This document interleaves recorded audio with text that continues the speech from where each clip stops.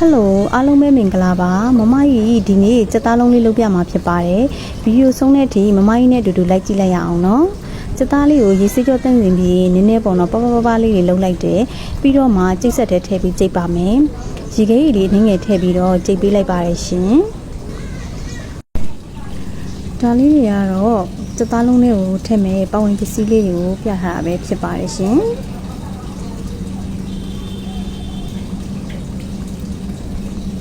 စက်သားကြိတ်ပြီးထားတဲ့ကိုရေစုံတကြားထည့်မယ်စက်သွန်ပြူလေးထည့်မယ်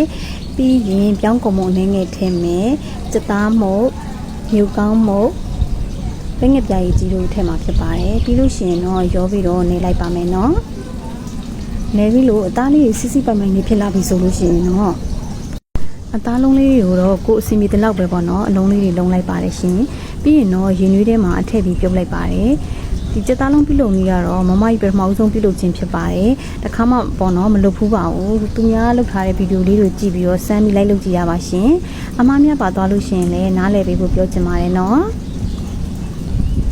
အခုဆိုရင်တော့စက်သားလုံးလေးရသွားပါပြီရှင်အချင်းကြီးချိုလေးနဲ့ပေါ့နော်တွက်ဖက်စားသုံးပါပဲဖြစ်ပါတယ်မမကြီးမျိုးသားလေးကနေမကောင်းဆိုတော့ပေါ့နော်သူ့ကိုစက်သားကိုဒီတိုင်းကြီးကြတော့လည်းတော့မကြိုက်ဘူးပေါ့နော်အဲ့ဒါကြောင့်စက်သားလုံးပုံစံလေးပြောင်းပြီးလုပ်ကြည့်ဖြစ်တာပဲဖြစ်ပါတယ်ရှင်